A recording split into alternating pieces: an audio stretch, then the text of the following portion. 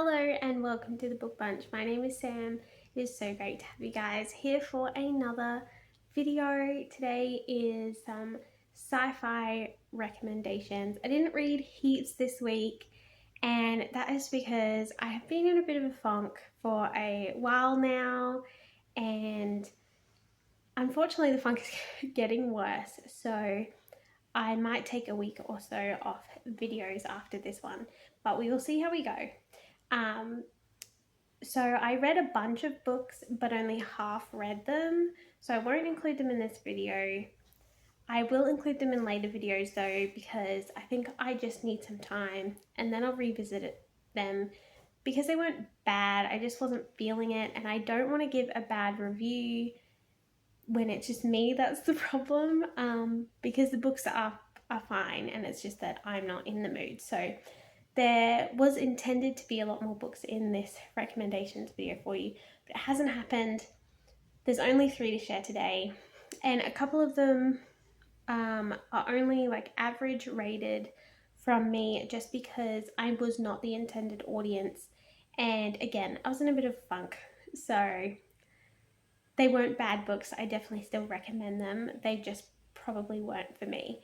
But on a happier note, there is a 5-star review in this video, and this is a book that I need all of you guys to go read right now because it was just extraordinary and I had an amazing time with it. So we'll talk about the couple of mediocre ones first, and then we will get to the big 5-star one at the end that I'm absolutely obsessed with.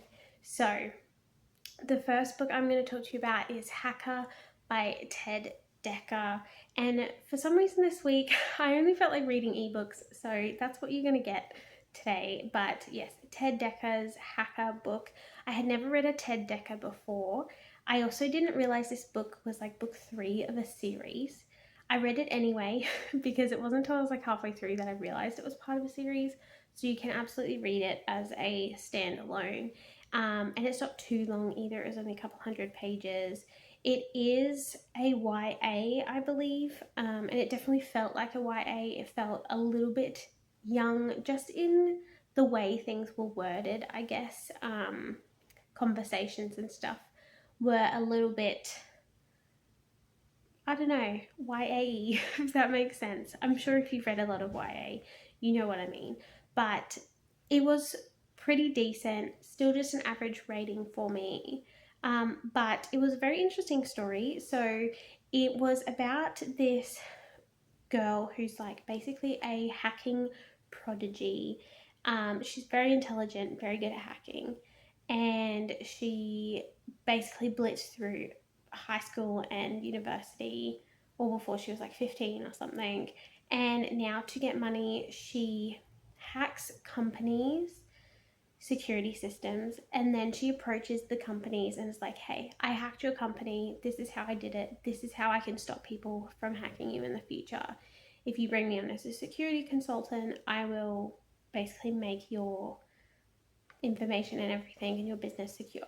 And it is illegal what she does, but she doesn't have like a malicious intent. Like, she doesn't go and sell the information or like blackmail people or do anything nefarious. Like, she just is purely like, hey, this is what can happen as I've proven. Do you want my help? Yes or no? And if they say no, she doesn't like do anything to them or to their stuff. She just moves on. But her family is all died in a tragic accident, except for her mum, who is basically I don't know the words for it, but like, she's got severe brain damage and she's deteriorating very quickly, and she's basically losing all of her memories and can't retain new memories, and she's basically non-functional for the most part, and she's been given a couple of months left to live. And this girl has found this experimental study that might be able to help her mum, but the catch is she has to pay $250,000 up front, and she only has $100,000 in her bank account from previous jobs. And so she decides to go out onto a limb and like go hack this really intense company to try and get the remaining 150. But things don't go to plan, and when she hacks them, she finds some information that she should not know about, and basically the company sees her as a threat and believes she's been hired by someone, and it's because this company's like doing all this illegal stuff. And so like a hitman bodyguard kind of guy who is like one of the security people in this company is basically sent to track her down and take her out. And they take out her friend who was helping her. And so she's like distressed. She has an FBI friend who's trying to help her as well, but she's not very compliant with the FBI as she should be. And she keeps putting herself in these situations that puts her in danger. Um, and she also has this other friend. I know, lots of friends, lots of stuff going on in this book. But she has this other friend who she hasn't spoken to in a couple of years. He has terminal brain cancer, and they were like really close, and she kind of like fell in love with him. But then he stopped talking to her and kind of cut everybody off. And she goes to him for help because she's like, he will have the money and he'll be able to help me. Because he's like a millionaire.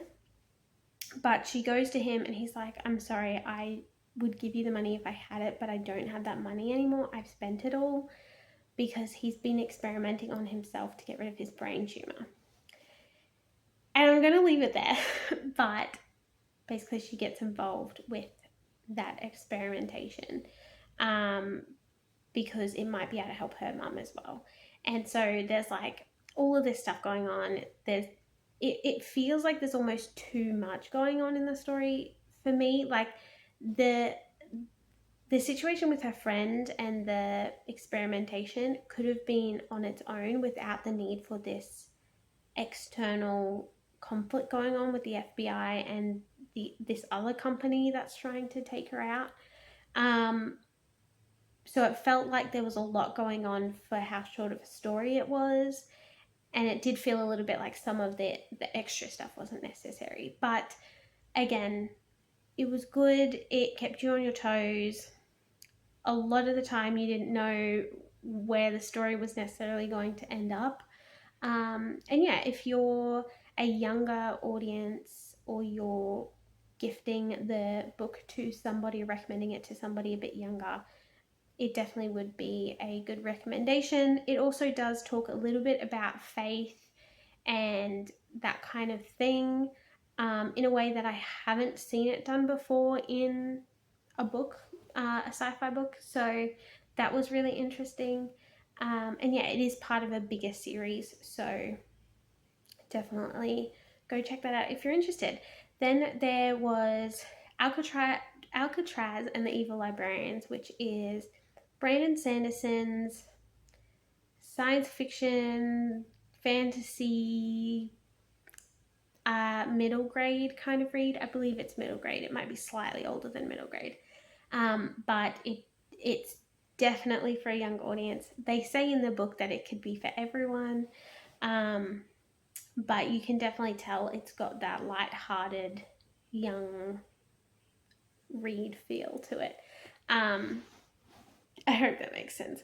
But yeah, it was pretty decent. Definitely not Brandon Sanderson's best, but it is also really different to any of his other stuff.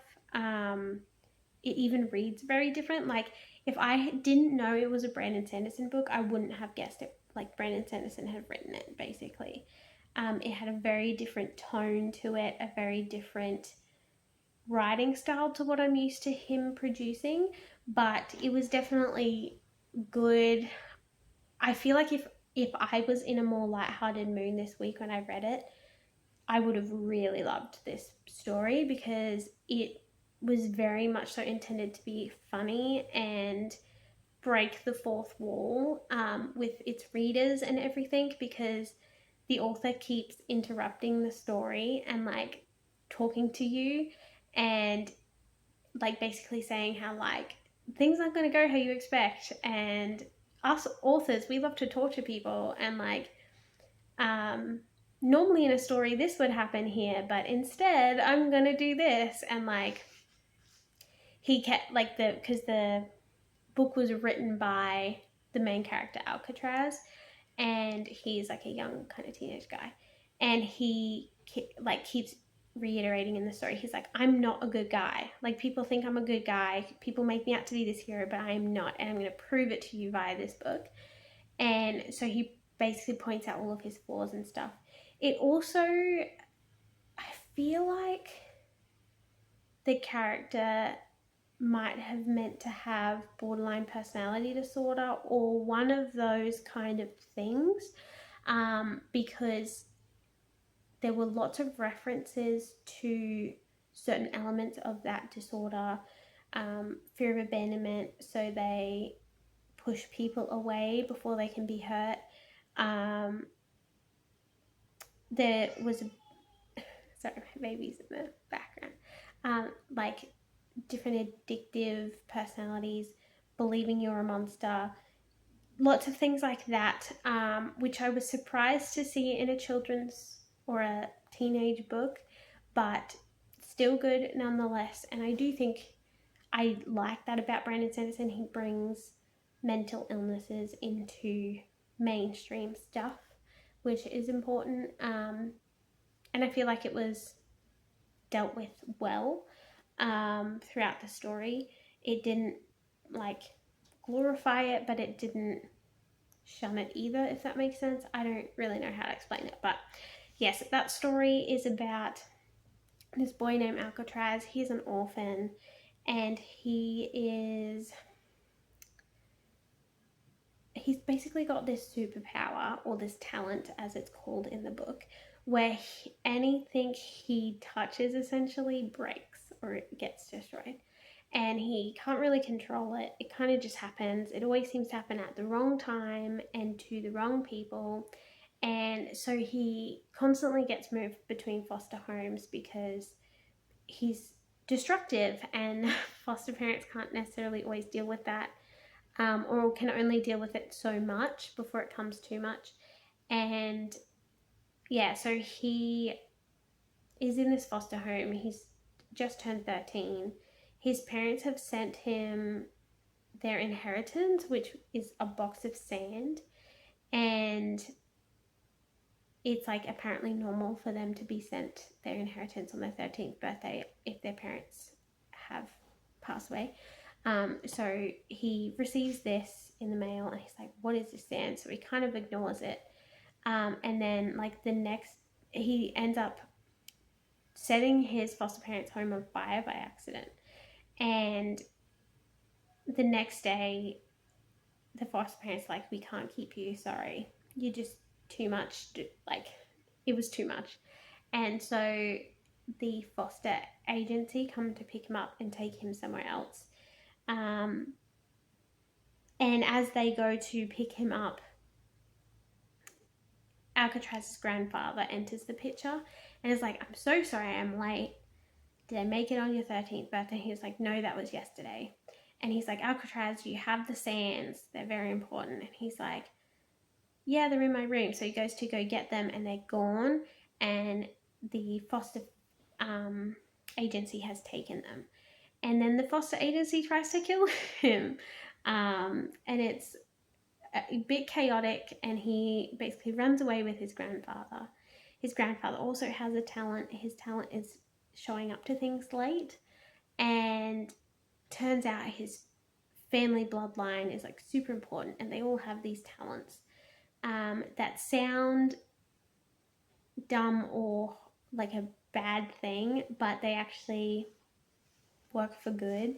And he and his grandfather have to try and reclaim these sands from the bad guys. And turns out the bad guys are all librarians, and that librarians are actually evil, and they're like controlling most of the world to believe all of this stuff that's not true, and like it's crazy. And there's like magic and technology and stuff that is very weird and interesting. It's a very cool concept. Definitely did enjoy all of that. I don't know if I will continue the series because it's quite a long series, but we'll see how I'm feeling when the time comes. And then finally, there is the 5 out of 5 star book, which I need you guys to go get right now. It doesn't matter what format you get it in, just go get it. Don't wait any longer. And that is Recorder by Cathy.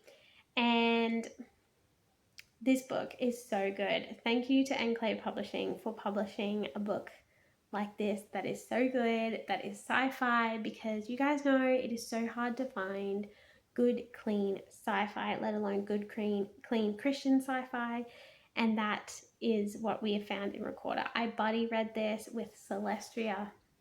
We had a phenomenal time. We always have a good time buddy reading it with each other because we're just always on the same page about things. And we both feel the same way about this book, but we were screaming by the end of it because the ending is like it's so intense. It's so bittersweet, it's not even funny, and every moment felt like torture in the best way possible. And we were immediately like, we have to read the second book. Thankfully, the second book came out like last month, so we have already moved on to the second book, so I'll let you know how that goes when we finish it. But we'll have to wait at least a year for the third one. So I'm hoping that the second book doesn't end on a cliffhanger, but we'll see, because we will struggle to wait for it. But Recorder is about this girl named Recorder. She has no identity, and she has been raised with all of these other kids who are also called recorders. None of them have identities. They don't have hair, they don't have eyebrows. They all have to wear the same grey. And they're basically almost devoid of personality, because anytime they have an emotion or think a certain way, they get punished by these drones that follow them around, and they have tentacles, so they're almost like little octopuses that follow them around, and they shock them or deliver a reprimand to the recorder. And the whole purpose of these recorders is that their sole job is recording everything that happens, so that there is a non-biased record of everything that happens in this universe. And all of this is run by a place called the Consortium, which is, I don't know if they are the government or if they're like almost the governing body of the government, if that makes sense. But basically they are like, no one will challenge them or anything. They just do whatever the Consortium says. And recorders are not allowed to interfere. So if they see someone get into an accident, or they're dying, or they're about to die, or they could prevent an accident, they are not allowed to, because that breaches the non-bias of the record, if that makes sense, because they're not letting it play out how it's meant to play out. And they some recorders struggle with this because obviously it's in some people's human nature to help people, and people naturally see certain things as an injustice, and so some recorders are removed and they're called aberrations, and they are done away with, and reprimanded and all sorts of things. So we follow this one recorder, and she is being sent on her first mission by herself because previously she's been training with other people, and she's now been sent on her first assignment, and that is to go to this outpost on a different planet that has gone dark, and no one knows what's really happened. There seems to have been an accident, but they don't know if there's any survivors. They don't really think there is any survivors, but the Consortium wants to know what happened and want her to go collect the recorder's body and the drone of the recorder that was on that outpost. So she goes with this team of people to this outpost, and they find that everyone was in stasis pods, or almost everyone was in stasis pods, but most of the stasis pods have failed, which was a deliberate act and they don't know who did it. They also find out that the recorder was murdered, or they think she was murdered, and one of the leaders of the expedition on this outpost was also murdered. And all of this stuff happened at within a couple of weeks of each other. There's also this